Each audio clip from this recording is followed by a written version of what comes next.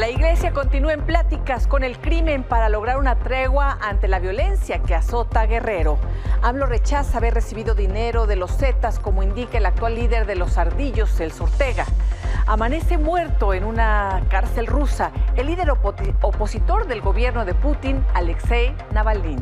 Vamos con toda la información. Bienvenidas, bienvenidos.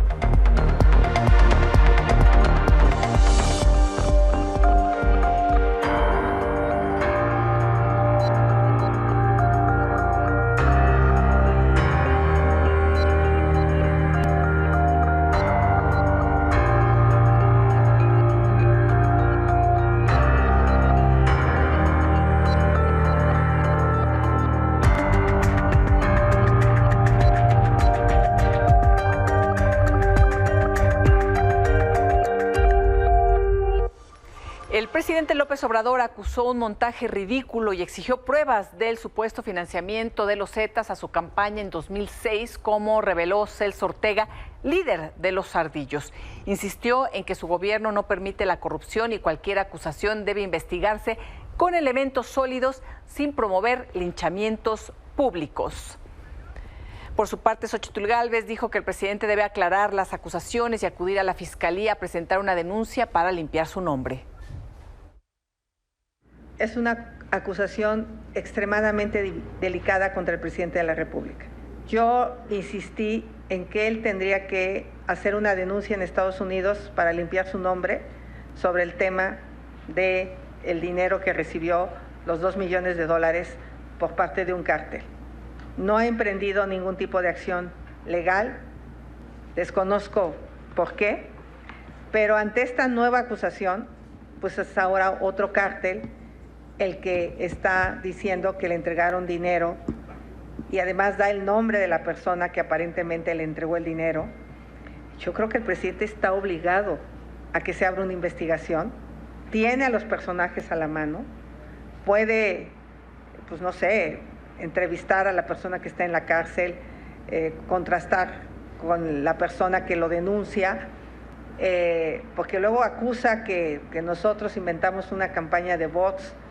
Pues más bien él tendría que investigar este hecho y yo le invitaría también a que denuncie ante la Fiscalía General de la República esta difamación por parte de los Ardillos, y no es un invento de la oposición.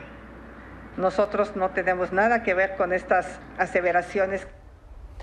Manuel Arriaga, regidor del Partido del Trabajo en el Ayuntamiento de Cualac, en la montaña de Guerrero, fue encontrado sin vida en su domicilio. La causa de su muerte aún se desconoce, ya que su cuerpo no presenta golpes ni heridas de bala. El cadáver fue trasladado hacia Chilpancingo para practicarle la necropsia de ley. Arriaga Rosendo, de 48 años de edad, aspiraba a ser el candidato del PT a la alcaldía de su municipio. Y también en Guerrero, un taxista fue asesinado en Iguala. El hecho se registró aproximadamente a las 3:30 de la tarde en la esquina de las calles Juan N. Álvarez y Rubén Figueroa, a un costado de la primaria Ambrosio Figueroa. Hombres armados llegaron hasta donde se encontraba el taxista de la organización Tigre, identificado como Alberto, y le dispararon. En el ataque resultó herido el encargado de una tienda de abarrotes. Y a tan solo un día de que transportistas de la Amotac protestaron por mayor seguridad, un trailero fue asesinado en Cuautlancingo, Puebla. El cuerpo del transportista se encontró dentro del vehículo luego de que se reportó que la unidad llevaba ya mucho tiempo atravesada sobre la avenida. Jennifer Alicia, de 35 años, fue asesinada en la puerta de su casa en el puerto de Coatzacoalcos, en Veracruz. Los hechos ocurrieron en la colonia Adolfo López Mateos, sobre la calle Pípila y Miguel Hidalgo. 3 hombres le dispararon al menos 7 veces. Posteriormente, huyeron. Y ahí mismo en Veracruz, un joven fue asesinado por el impacto de una bala perdida. Esto luego de un enfrentamiento entre guardias de seguridad y recolectores de basura. Isabel Zamudio tiene la historia. En una escalera metálica, el tronco de un árbol y una barda, aún hay rastros de sangre y orificios de bala que el martes pasado dispararon 5 guardias privados de Ferrosur. Una terminó en la cabeza de Adán Javier Paredes Aparicio, un adolescente de 14 años que perdió la vida. Una camioneta de la empresa de seguridad llegó hasta donde se encontraba un grupo de jóvenes recolectores de basura y hubo un altercado. Los 5 agentes desenfundaron sus armas y abrieron fuego contra el grupo de personas que estaba en un patio colindante con las instalaciones de la empresa ferrocarrilera. Al pie de la perra. ¿Aquí quedó? Sí, en esta área fue donde se encontró. Ni siquiera estaba en los terrenos. No, ni en ningún terreno de Ferrosur ni de calle. No, ¿De allá. No, por allá llegaron. Sí. Hoy la familia de la víctima denuncia que 3 de los 5 implicados fueron liberados. Estamos demandando que se haga la justicia a los 5, porque los 5 dispararon. ¿No? ¿Todos dispararon? Sí, todas las 5 armas estaban disparadas. Las 5 armas que ellos portaban, entre cortas y largas. A 20 metros de distancia, dentro del patio de la casa, Adán Javier se desplomó al recibir una de las balas, pero hubo más heridos, pero temen denunciar. El menor fue llevado a un hospital privado al que le deben 100,000 pesos que la humilde familia, con 7 hijos, no puede pagar. ¿Hubo algunos heridos aparte de su hijo? Sí hay, pero con los otros no quieren nada. O si hubieran querido, pues yo hubiera tomado cartas en el asunto, ¿no? Sí. El de Adán es el segundo deceso en circunstancias similares que ocurre en esta colonia. Y aquí ya son 2 muertes con él. Anteriormente yo hubo una muerte. 1 año y medio hubo una muerte también, por ese lado. Ahí mismo, también los policías de... Son de guardias de seguridad, pero sin estudio. La familia del menor decidió donar sus órganos para salvar otras vidas. Desde Veracruz, para Milenio Noticias, Isabel Zamudio. Hombres armados asesinaron a un campesino integrante de la organización ejidal Casa del Pueblo en el municipio de Venustiano Carranza, Chiapas. El hombre transitaba por un camino de terracería con rumbo a su campo de cosecha de maíz cuando fue interceptado por 2 encapuchados. Por usos y costumbres, el cuerpo fue levantado por los familiares, auxiliados por la policía municipal. Serán las autoridades comunales quienes realicen la investigación correspondiente. Sobre el empresario asesinado ayer en un restaurante en Aguascalientes, una de las líneas de investigación será una disputa por una patente que desarrolló. La gobernadora aseguró que el homicidio no quedará impune. De lo que sí es cierto es que traigan un juicio penal por precisamente esta patente que tiene que ver con temas de un desarrollo que era el dueño, el occiso de esa patente de un tipo de explosivo que usaban en la minería, haciendo todas las diligencias necesarias para poder confirmar que pueda tener la causal esta situación que les estoy comentando. Y anoche volvieron a registrarse enfrentamientos y ataques de drones con explosivos cerca de La Ruana, en Michoacán. El alcalde de este municipio, Sergio Báez Torres, explicó que el ataque se dio en los límites de Buenavista y Tepalcatepec, donde se reportaron 2 explosiones con bombas de fabricación casera. Informó que fueron asesinados presuntos integrantes de grupos criminales. Y siguiendo allá en Michoacán, 3 hombres fueron asesinados en distintos puntos en el municipio de Apatzingán. De acuerdo con los primeros reportes, el primer hallazgo se trató de un motociclista asesinado a tiros. Los otros 2 fueron decapitados y abandonados en el lugar donde fueron encontrados. Minutos más tarde, peritos llegaron a la escena del crimen y de inmediato trasladaron los cuerpos al servicio médico forense para su identificación. Mientras que la Fiscalía General del Estado inició pues lo de siempre, una carpeta de investigación. Y en Sonora, 10 migrantes resultaron heridos y un menor de 4 años perdió la vida luego de ser atacados por un grupo de hombres armados. Esto pasó cuando grupos de migrantes ecuatorianos, guatemaltecos y brasileños se trasladaban en 2 vehículos con destino al norte del estado cerca de la medianoche. Uno de los vehículos baleados se incendió y varias personas quedaron atrapadas en las llamas, por lo que no se conoce el número exacto de víctimas. Hasta ahora, ninguna autoridad estatal ha emitido información oficial. Una pausa y volvemos con más información. Anoche le informamos del accidente en la obra del tren interurbano en donde cayeron 2 trabajadores, uno de ellos murió. Hoy las autoridades dieron a conocer que se suspenderán las labores, al menos en la zona de los hechos. Este viernes fueron suspendidos los trabajos de la obra del tren interurbano México-Toluca, en la zona conocida como Casa del Agrónomo, en Lomas de Santa Fe, en la alcaldía Álvaro Obregón, debido a las investigaciones que se realizan para determinar las causas del incidente donde un trabajador murió y otro resultó gravemente lesionado la tarde del 16 de febrero. Los hechos ocurrieron cerca de las 5:30 cuando una estructura que sería colada se venció dejando caer a los 2 trabajadores. Uno de ellos, de 28 años, fue trasladado al hospital ABC con traumatismo craneoencefálico, mientras que el segundo, identificado como Daniel Cruz Reyes, de 35 años, lamentablemente murió al recibir un fuerte impacto contra el suelo. La esposa del fallecido acudió a la zona y posteriormente fue trasladada al Ministerio Público para identificarlo. ¿Qué le han comentado, señora? No, nada, todavía apenas me estoy enterando. Pues nomás fue la noticia que me dieron, la verdad. Hasta hoy, el lugar es resguardado por policías de la Secretaría de Seguridad Ciudadana y Ejército Mexicano, además de peritos de la Fiscalía General de Justicia de la Ciudad de México, que trabajaron en la zona del accidente para recabación de indicios que serán integrados a la carpeta de investigación. Por lo pronto, la entrada a la zona de construcción quedó a resguardo de las autoridades, quienes solo dejan entrar a los que laboren en el tramo que no corresponda a la empresa responsable del accidente. En tanto, el trabajador lesionado permanece en terapia intensiva, continúa en el hospital ABC con diagnóstico reservado.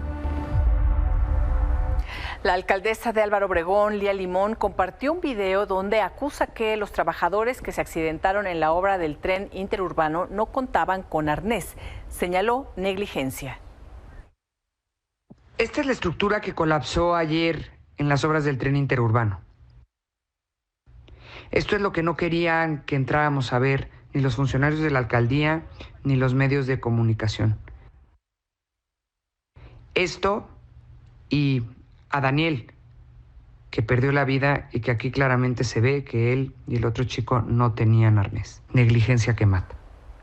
La politóloga Denise Dresser acudió ante el Instituto Nacional de Transparencia, Acceso a la Información y Protección de Datos Personales, el INAI, para presentar una denuncia en contra del presidente López Obrador y del director del Aeropuerto Internacional de la Ciudad de México por la exposición de sus datos personales en diciembre de 2023.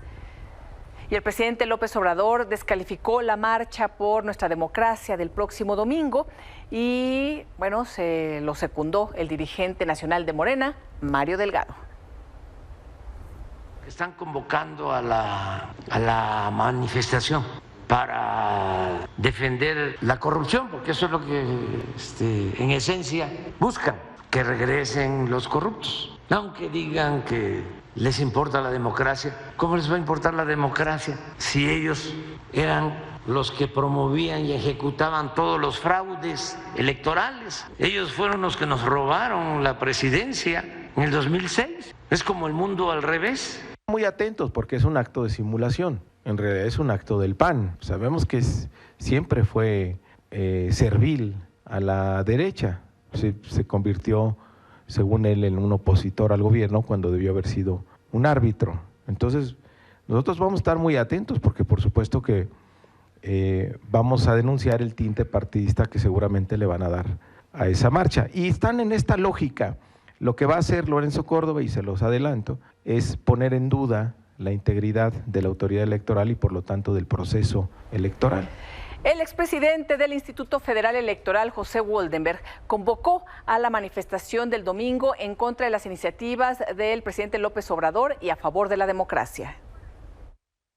Ante las iniciativas de reforma constitucional presentadas por el presidente de la República que pretenden desfigurar nuestro sistema electoral, intervenir al Poder Judicial, desaparecer a los órganos autónomos del Estado y hacer que la seguridad pública esté en manos de las Fuerzas Armadas, es muy importante manifestarse el día domingo. Ojalá los ciudadanos y las ciudadanas asistamos a la defensa de la democracia y a la defensa de nuestra Constitución.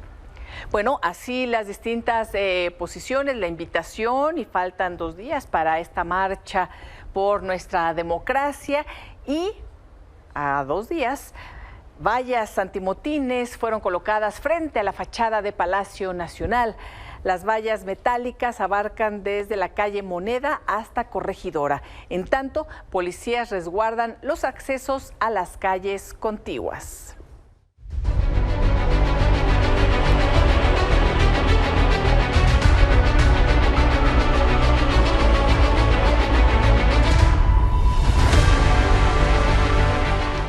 Claudia Sheinbaum le solicitó al Papa Francisco que bendijera una rosa de plata, la cual le será entregada al rector de la Basílica de Guadalupe. La morenista indicó que la rosa fue elaborada por Adrián Pallarols y la traerá a México como un regalo para los mexicanos, dada su devoción por la Virgen de Guadalupe. Señaló que la rosa es también una forma de compartir la experiencia de haber podido convivir con el Sumo Pontífice, y hoy subió ese video a redes. Xochitl Gálvez habló sobre su reunión con el Papa Francisco en su Conferencia de la Verdad. Destacó que en México existe la libertad de culto. Señaló que ejemplo de esto es que Claudia Sheinbaum ha declarado no ser religiosa y aún así también se entrevistó con él. Pues afortunadamente en México hay libertad de culto. Señora Sheinbaum declaró abiertamente que no es religiosa, lo cual se vale, lo cual se respeta. Yo abiertamente he dicho que soy católica, no oculto mi fe religiosa. Mi visita al Vaticano fue en calidad privada, fui a la casa.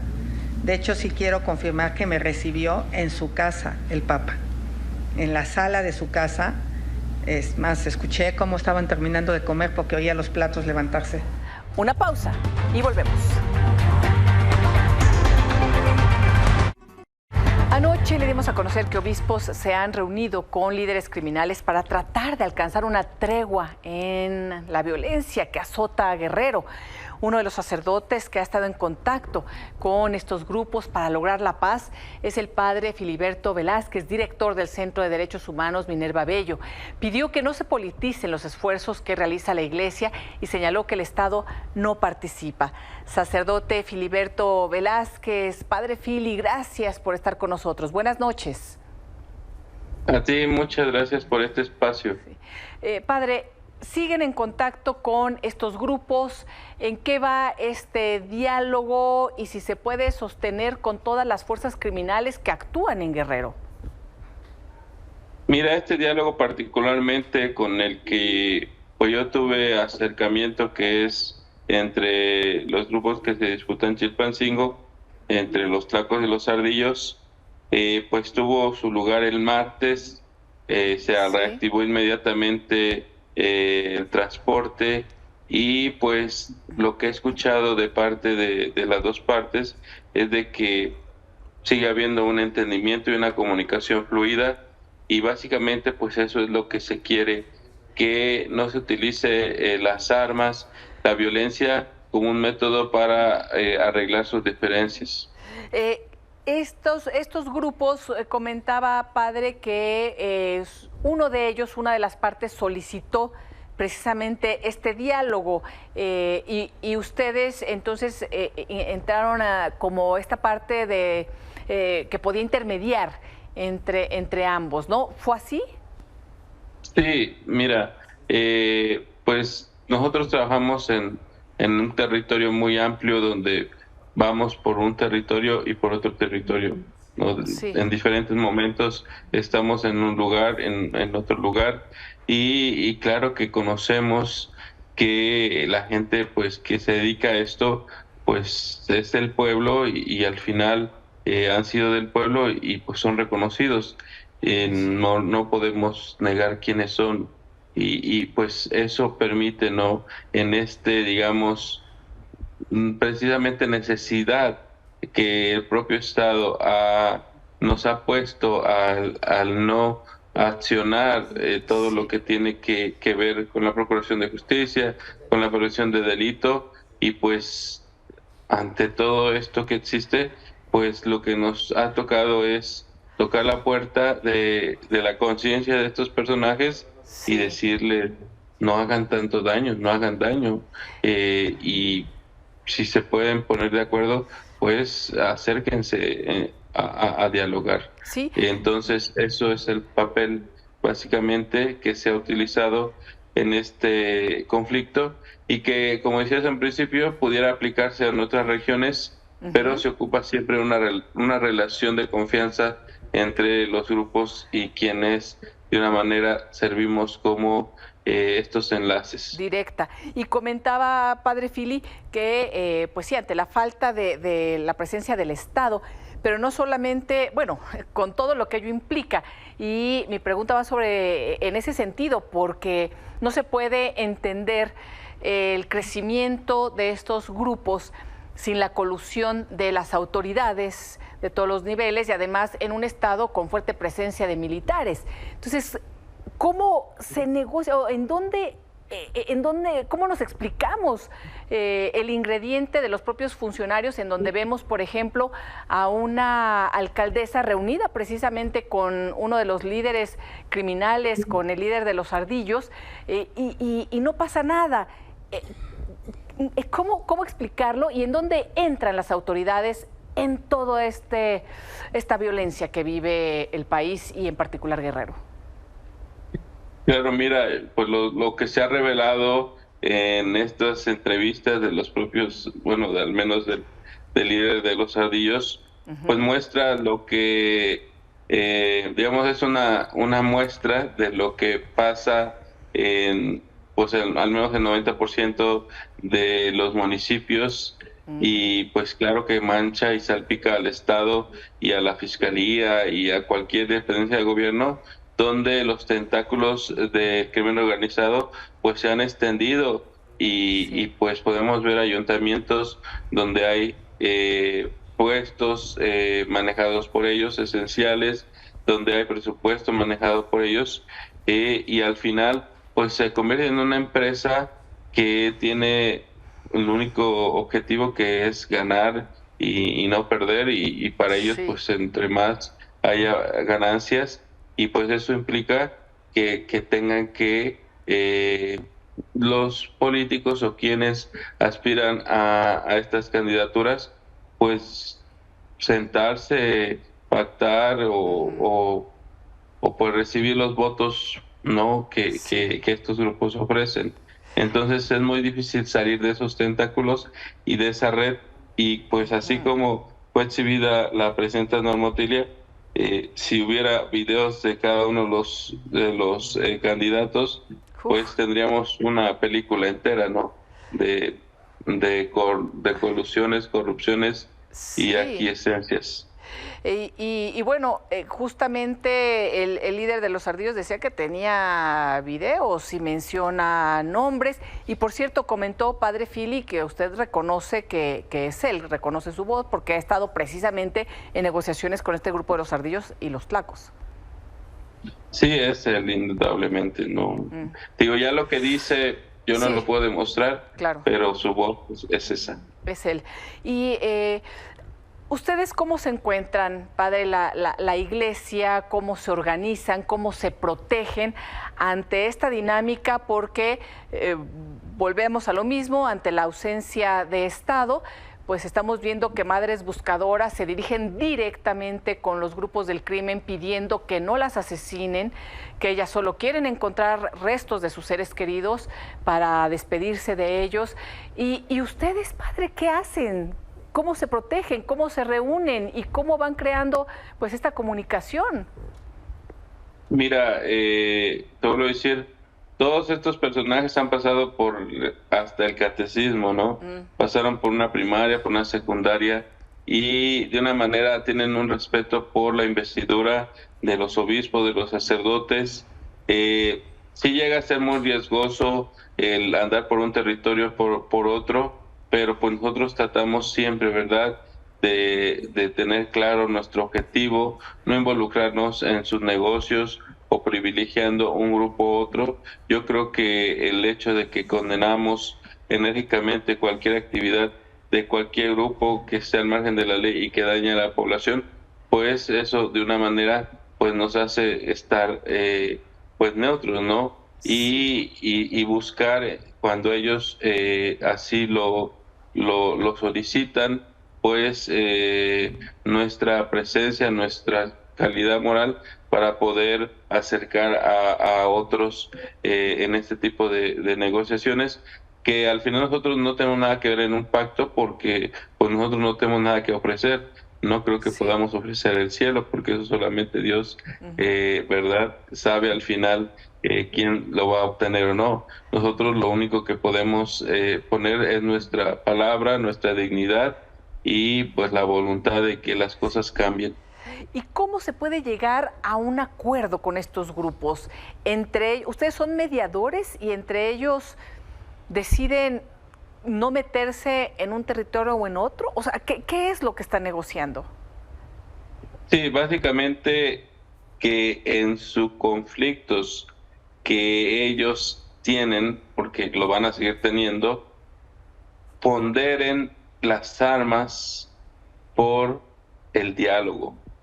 Y si nosotros podemos ser esos canales de comunicación y de diálogo, lo vamos a hacer o vamos a servir antes de que agarren un arma y comiencen a diestra y siniestra a atacar o dañar a terceras personas. Sí, Padre Fili, porque además viene la contienda electoral, hemos estado registrando los asesinatos de funcionarios en distintos estados del país y esto todavía no comienzan las campañas, entonces estamos en una situación muy complicada. Ahí en Guerrero, que usted sepa, ¿ya negociaron candidaturas con los partidos políticos?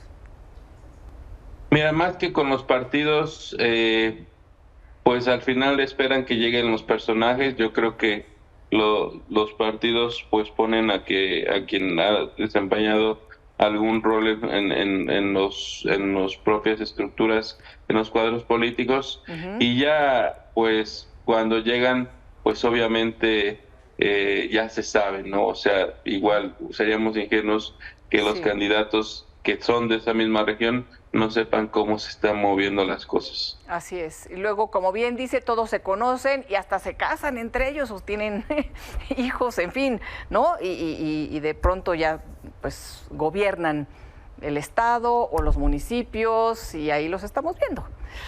Padre Fili, muchísimas gracias por esta explicación. Tratamos de entender este fenómeno tan complejo y de cómo están tratando de que deje de derramarse sangre en Guerrero y en las distintas zonas y municipios del estado. Muchas gracias.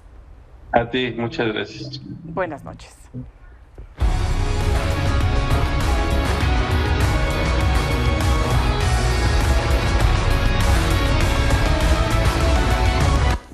Y vamos hasta la redacción porque Higinio Robles, nuestro compañero de deportes, ya nos tiene la información de este viernes que tiene que ver con los equipos de fútbol femenil, que hemos hablado de ellos y hay un momento importante que se acerca.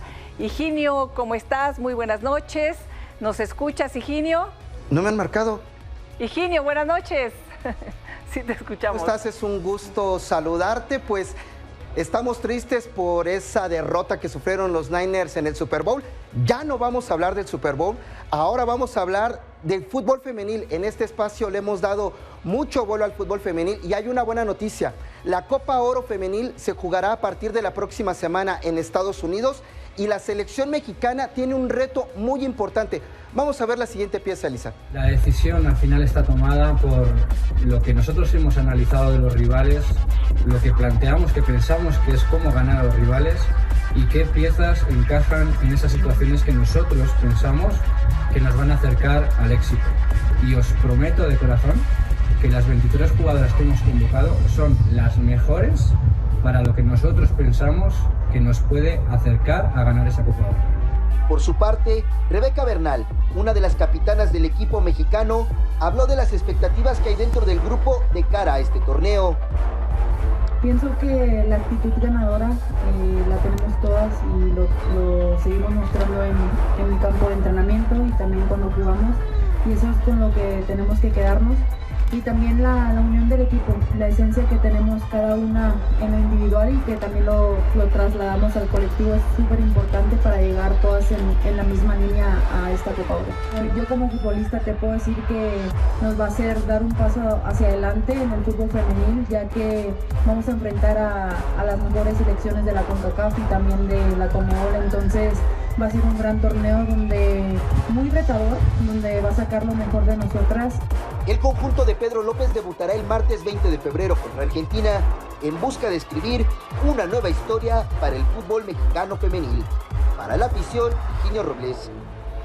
Higinio, entonces, el próximo martes. Así es, Elisa. Partido muy importante porque es el debut. Esta Argentina, un país que, también dicho sea de paso, a nivel de fútbol femenil, no es una potencia como sí lo es en el varonil. Sin embargo, me parece que este torneo, después de ese fracaso que hubo de no ir a los Juegos Olímpicos y al Mundial para una liga que viene creciendo, es muy importante. El entrenador, como lo veíamos en la pieza, deja fuera a 2 jugadoras que entre ellas 2 han marcado 242 goles. Esa es una decisión que puede marcar la gestión de Pedro López, Elisa. Uy, una decisión polémica. Vamos a ver, ¿no? Él, lo estábamos escuchando que dijo, les garantizamos que están las mejores para obtener los mejores resultados. Se comprometió, pero deja fuera a estas 2 jugadoras. Ojalá les vaya muy bien, por supuesto, pero una decisión polémica. Oye, y por cierto, Higinio, comentabas ahorita antes de presentar la pieza que ya no íbamos a hablar del Super Bowl, ¿no? Esta pérdida de los 49ers, pero tenemos que hablar porque me ganaste. Elisa, ya dejémoslo así porque los 12 íbamos con los Niners, uno tenía que ganar, entonces estamos tristes porque el Super Bowl nos dejó devastados. No puedo, todavía no doy crédito a eso de que se le haya ido el Super Bowl a los Niners, Elisa. Sí, pero bueno, no, pero ya, se me hace que ya te debo ahí algunos cafés. Algunos cafés, los seguiremos acumulando, no te preocupes, Elisa. Gracias, Higinio. Feliz fin de semana, buena noche. Es viernes de Susi.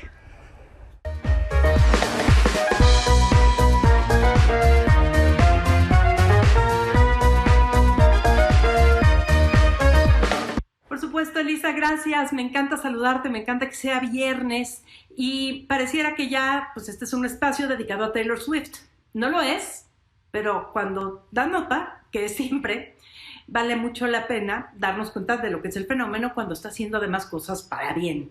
Y miren, ya pasamos la semana de los Grammy, ya pasamos la semana del Super Bowl, pero precisamente debido pues a la tragedia que ocurrió en el desfile que hace 2 días se llevaba a cabo en Kansas City para celebrar el triunfo del equipo de los Jefes, equipo donde bien sabemos juega Travis Kelce, la pareja, el novio de Taylor Swift. En este desfile pues hubo una tragedia, hubo un tiroteo cuando la gente ya empezaba a retirarse, pero todavía había multitudes, más de 20 personas heridas, pero sí hubo una mujer quien falleció.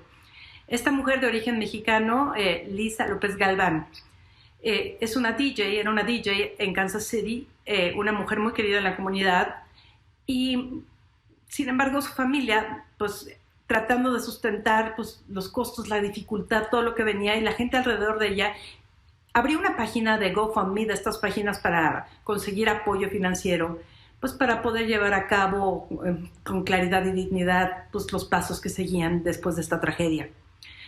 ¿Qué pasa? Pues necesitaban $100,000.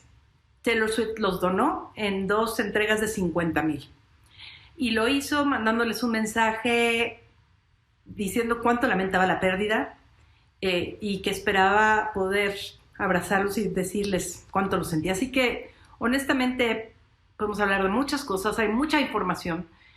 Y el fenómeno de Taylor Swift no se va a acabar pronto. Trataremos de voltear a otros lados, lo estamos haciendo, hay muchísimas cosas, ya viene el Oscar, Elisa, va a haber otra información. Pero esta vez sí queríamos pues, mencionar que esto no es un premio, esto no es un juego, esto es ella siendo consecuente. Y la verdad, da gusto. Te mando un abrazo enorme, Elisa, y nos vemos muy pronto. Abrazo, Susi. Oigan, sí, y ya es viernes.